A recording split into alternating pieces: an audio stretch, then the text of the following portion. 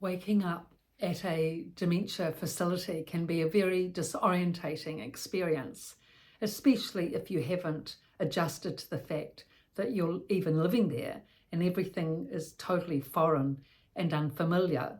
Also, as is often the case, you're woken up earlier than what you'd like to wake up generally, so that's also confusing and stressful, and then by a person that you don't know. So all of these factors culminate in stress and anxiety for the wake up in the morning at dementia units, and it can, it can give a lot of anxiety actually, especially in combination with showering, which is even just as anxiety provoking. So it's important to be able to put in place measures to be able to support the person so that it's not such a, shocking and provoking experience. One way that really helps is the alarm clock. If a radio alarm clock can be put by the person's bed, and not with an alarm, but with gentle, relaxing music, say, or it could be their favourite radio station, whatever it is that they're used to waking up with, that they're familiar to it, waking up to. That's a really good way to start.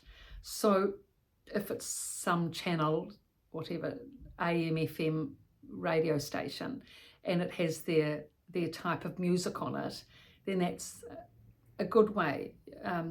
It's good to be able to set that up on the radio at the set time each morning. So for example, if your mother is woken up typically 7 o'clock each morning, 8 o'clock breakfast, put the alarm on at 6:30, and with the favourite station coming on at a suitable volume, so it's not too disturbing, at the volume that she likes and that she's used to. You'll know that hopefully from how she was at home. So just set it up as she had it at home and explain to the carer that this is the radio, this is the station, and if it gets, if the knob goes off the station, this is the channel to put it back to.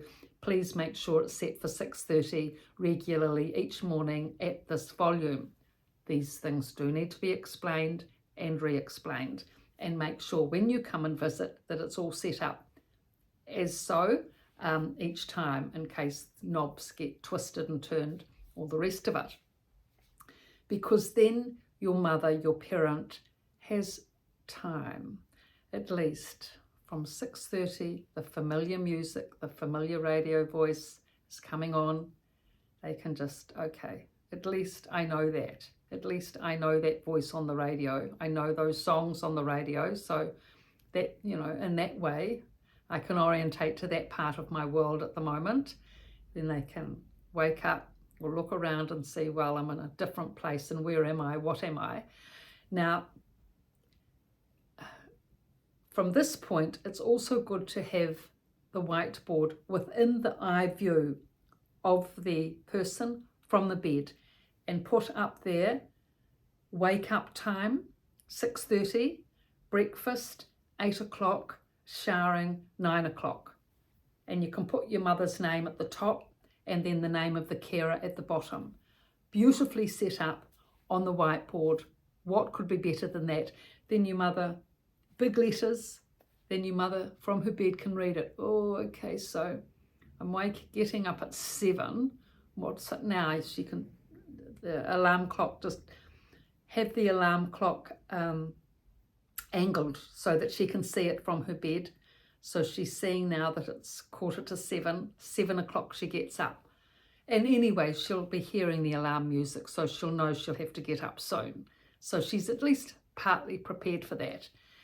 And then she will read that, okay, then after getting up, then I'm going to go to my breakfast, and then after that I'm having my shower. Now, she might not get it all at once, but at least if it's there in place, she can get part of it. And when you come, go through the routine. Mum, everything's here on the whiteboard for you to read. Let's have a practice read now, and let her read it and go through it and absorb and understand it. And so she does that. Okay, so I get up at 7. It's early, isn't it? But in this place, and 8 every day, breakfast, too early, but anyway. and then 9 o'clock shower, which she doesn't like, but still at least she knows it's coming up, so that's less stressful. So alarm clock set on the station she likes or the music channel she likes, and the whiteboard. All of these things go a long way to be able to mitigate the stress and anxiety and make for a smoother transition in the morning, waking up in the dementia unit to hopefully have a better day as a result of these measures being put in place.